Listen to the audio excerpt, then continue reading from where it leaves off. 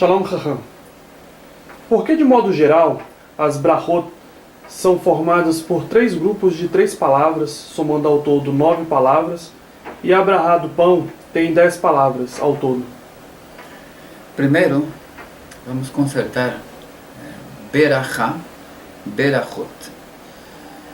Quando nós temos bet com shevá e com dagesh, nós temos que pronunciar be e não bra. Essa pronúncia brachot, bracha, é uma pronúncia modernizada, mas toda pessoa que conhece bem o hebraico, conhece bem as regras, sabe que a palavra não é bracha e nem brachot, muito menos broches ou brocho, é beracha. Bom, dizer que há 10 tevot, 10 palavras na bênção Hamossi, sobre isso escreveu o grande rabino do Iraque, Rabbi Yosef Haim. Para quem não sabe quem foi Rabbi Yosef Haim, ele foi um dos maiores cabalistas do povo judeu nas últimas gerações. Ele simplesmente aos 8 anos de idade caiu num poço e escapou de morrer ali por milagre. E lá dentro do poço ele fez um compromisso com Deus, que se ele sobrevivesse, se ele saísse dali com vida, que ele se entregaria ao estudo da Torá em todos os setores durante toda a sua vida. Sua vida seria dedicada especialmente à Torá. E ele se tornou um dos maiores esotéricos, um dos maiores cabalistas do povo judeu nas últimas gerações. Rabbi Yosef Haim, há muitos relatos sobre coisas que ocorreram com essa pessoa, com esse grande sábio. Uma delas, inclusive, que na viagem que ele fez para a terra de Israel, para se encontrar com o Rabino Mani, que no meio do caminho sua caravana foi atacada por um grupo de saqueadores árabes, assassinos, e esses árabes, ao se aproximarem das tendas, quando chegaram à tenda dele, simplesmente congelaram, ficaram parados na posição em que estavam, e assim ficaram até quando, após o amanhecer, após a oração, eles tomaram as suas carruagens, seus camelos e cavalos e continuaram a viagem. Só então é que eles puderam se mover do lugar onde estavam e se afastar. Então, Rabbi Yosef Haim, o grande cabalista, escreve no seu livro famoso sobre halachot bem entendido, bem direcionadas pelo cabalismo, ou seja, a pessoa que vive por esse tipo de visão halakhica, ele vive mais mergulhado no mundo místico do que propriamente no mundo talmúdico, no mundo de prática da Torá, do jeitinho que ela é. Eu não estou fazendo aqui uma crítica sobre Rabbi Yosef Haim, primeiro porque quem sou eu, e simplesmente há essa vertente e há a vertente nossa, alunos de Rabbi Moshe ben Maimon, que nós procuramos ser simplesmente racionalistas e fazer exatamente o que está no Talmud. Não queremos ser sábios demais, nós queremos fazer o que Deus ordenou e ponto final.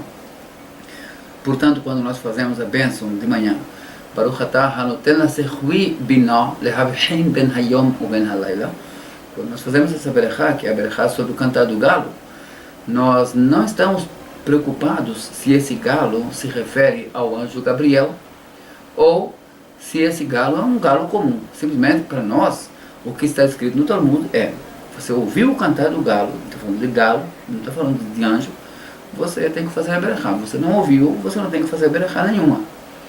E, portanto, aliás, é importante lembrar que o rabino Hizkiyahu da Silva, que conhecia muito bem os escritos cabalísticos, tinha a mesma opinião que eu estou dando aqui. Ele tampouco fazia a bênção sobre o cantar do galo, a não ser que eu visse. Então, Rabbi Yosef Haim diz no seu livro o seguinte: coloque suas duas mãos sobre o pão na hora da berachá. Todo cabalista, geralmente hoje em dia, todo judeu faz isso, mesmo quando não é cabalista, de pegar o pão com as duas mãos. Sheyesh bahem aeser esbaut, porque há 10 dedos nas mãos, que neged aeser misvot hataluyot bapat, que estão relacionadas com 10 mandamentos que têm a ver com o pão. Veruhem, que são essas. Lotaharos beshov hamor, nós somos proibidos de colocar um boi e um burro para trabalhar em conjunto. E o que tem isso a ver com o pão? Que você vai usar esses animais para arar a terra, para plantar o pão.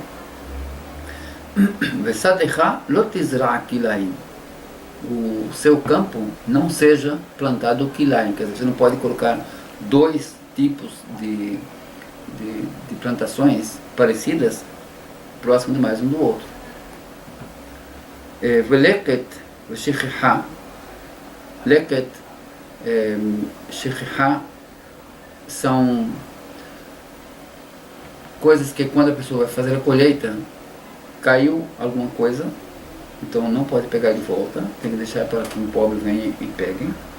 E shechiha, aquilo que você esqueceu, agora você já está no próximo canteiro, você não pode voltar atrás, tem que deixar para o pobre. PA, você tem que deixar um canto da sua plantação para que os pobres possam colher. Bikurim, são as primícias, as plantações. Terumá, que é a parte, um dos donativos a serem entregues a um kohen, também tem a ver com o pão, porque vem da plantação. O Maaser Rishon, o primeiro Maaser, a primeira dízima, que é entregue aos Leviim. Maaser Sheni, a segunda dízima que a pessoa tem que comer dentro das muralhas de Jerusalém, se estiver em situação de pureza, e o alimento também em situação de pureza. O Maaser Ani, aí vai depender do ano.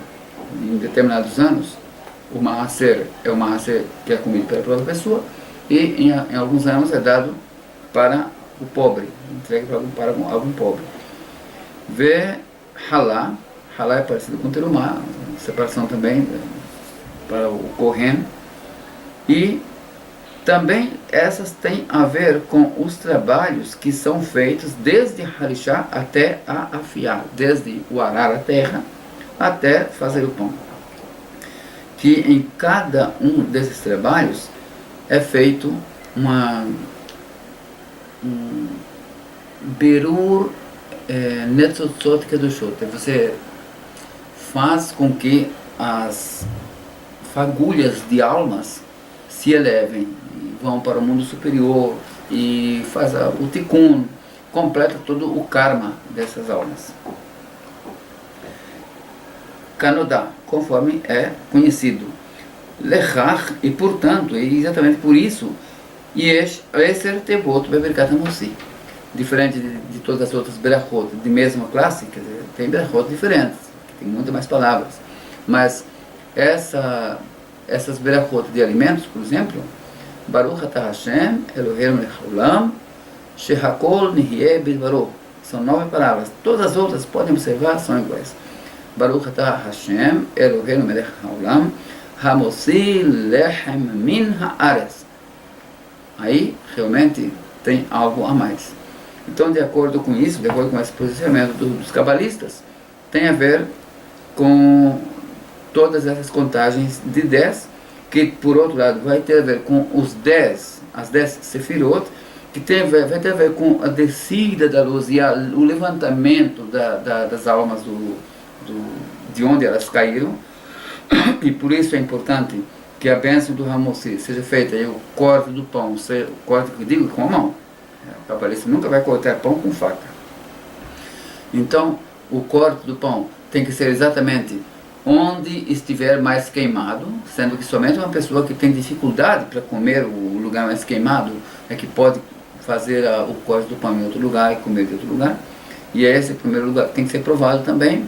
Aquela questão que está no Talmud, que aquele rabino que veio e questionou, citou na aula dele para os alunos, que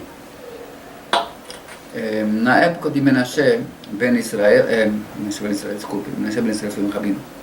Na época do rei Menashe, o povo não sabia tanta Torá e por isso foram após a idolatria. Então, lá no Talmud, diz que esse rabino foi dormir à noite e apareceu para ele exatamente quem? O rei Menashe, em sonho. E falou para ele uma pergunta simples: de onde é que tem que fazer o código do pão quando se faz Hamossi? E o rabino não sabia. Então Menashe falou para ele: tá vendo? Vocês pensam que vocês são sábios?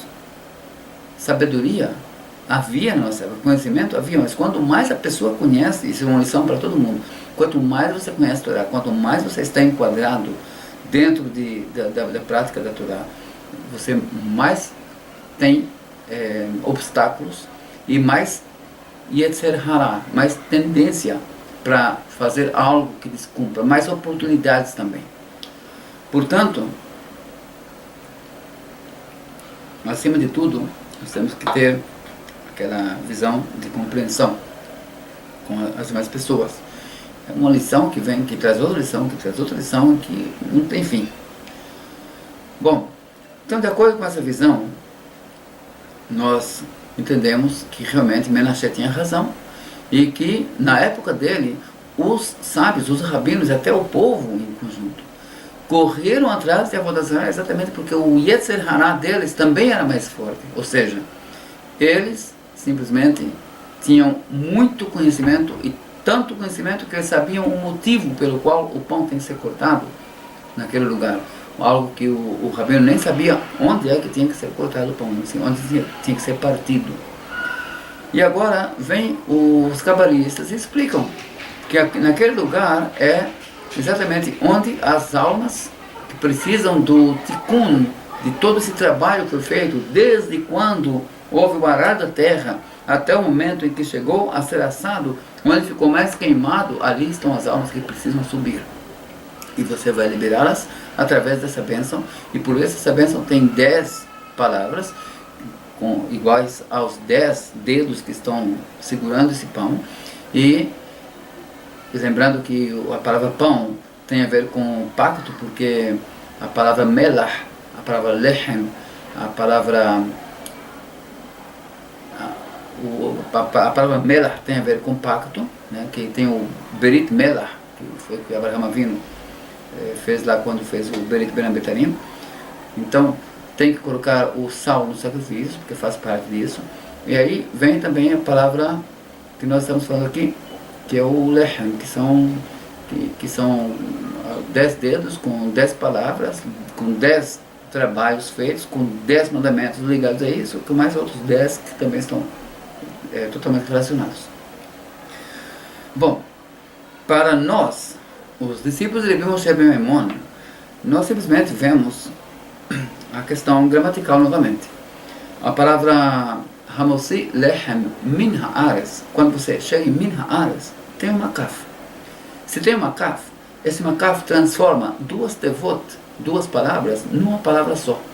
Portanto, a Birkat Hamossi, de acordo com essa visão, terá a mesma quantidade de palavras do que todas as demais. Muito obrigado e boa noite.